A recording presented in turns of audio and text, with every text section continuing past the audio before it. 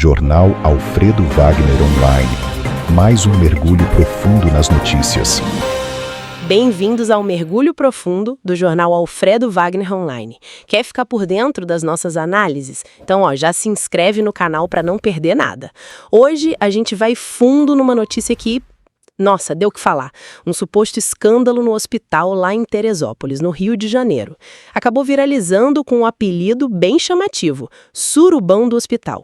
A nossa conversa aqui parte de uma reportagem, que detalhou o vazamento de áudios, vídeos, tudo isso sobre essa situação que foi parar nas redes sociais. O palco é um hospital, um lugar que a gente espera, assim, cuidado, seriedade. Mas o evento teria acontecido, olha só, durante um plantão noturno, envolvendo a própria equipe de saúde. Ok, vamos tentar desmembrar essa história. Os relatos que surgiram, eles pintam um quadro bem específico, Fala-se de um suposto encontro íntimo, coletivo, isso no 5º andar do Hospital das Clínicas de Teresópolis, e o local, bom, aí que fica mais estranho ainda, uma área de guarda-roupa suja. Já adiciona uma camada, Bem inusitado, realmente.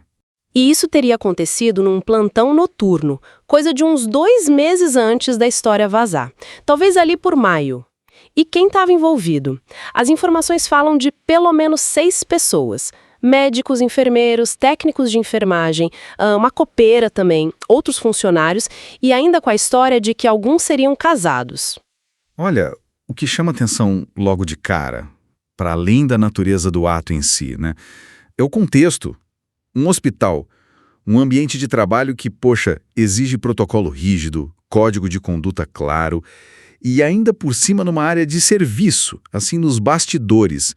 Isso sugere uma quebra significativa, não só das normas internas, mas da própria ética profissional que se espera ali. E o local ser essa área de roupa suja, isso diz algo. Pode indicar, talvez, não só uma falha de supervisão pontual, mas talvez uma percepção de que alguns espaços estão meio fora do radar, sabe?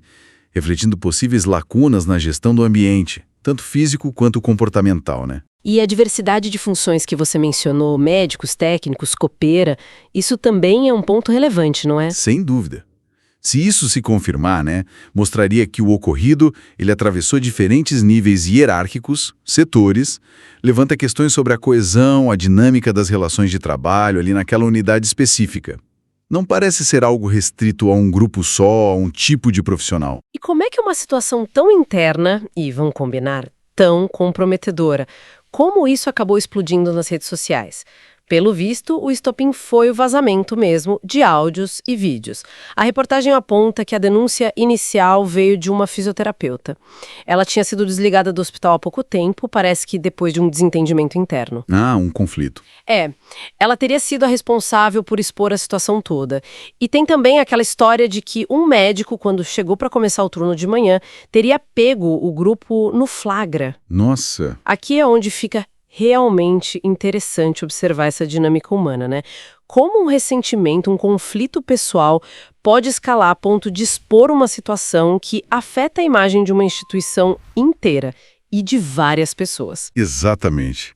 E com uma história dessas ganhando força online, a pressão da administração do hospital deve ter sido enorme. Aí a resposta institucional vira um ponto-chave para a gente entender.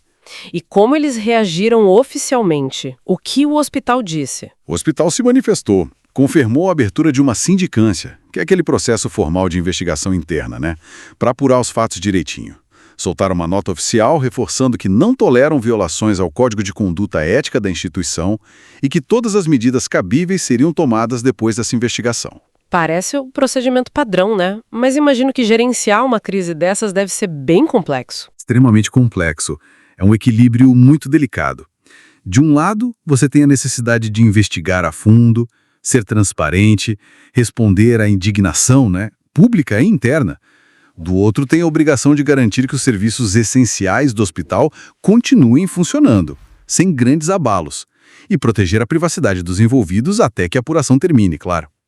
A forma como a instituição lida com isso diz muito sobre a capacidade de gestão dela, os valores.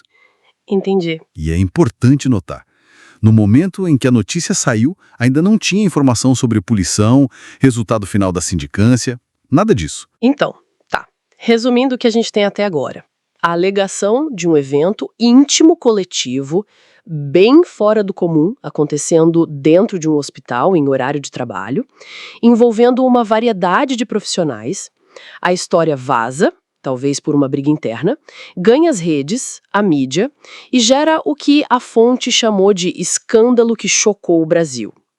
A resposta oficial é: vamos investigar e ser rigorosos, mas o fim dessa história ainda não sabemos. Precisamente. E talvez o mais importante seja olhar para além do choque inicial, sabe? Do julgamento moral que um caso desses provoca naturalmente. Vale a pena refletir um pouco o que um incidente como este pode, de fato, sinalizar sobre a cultura organizacional daquele hospital. Que mecanismos de supervisão, de controle podem ter falhado para algo assim acontecer num ambiente tão crítico? E pensando mais amplamente, como a velocidade absurda com que a informação se espalha hoje em dia impacta não só a gestão de crises institucionais, mas também a vida e a reputação das pessoas envolvidas, mesmo quando as ações delas são claramente questionáveis. São questões complexas, né? Sobre as dinâmicas internas de instituições essenciais e sobre o nosso mundo hiperconectado.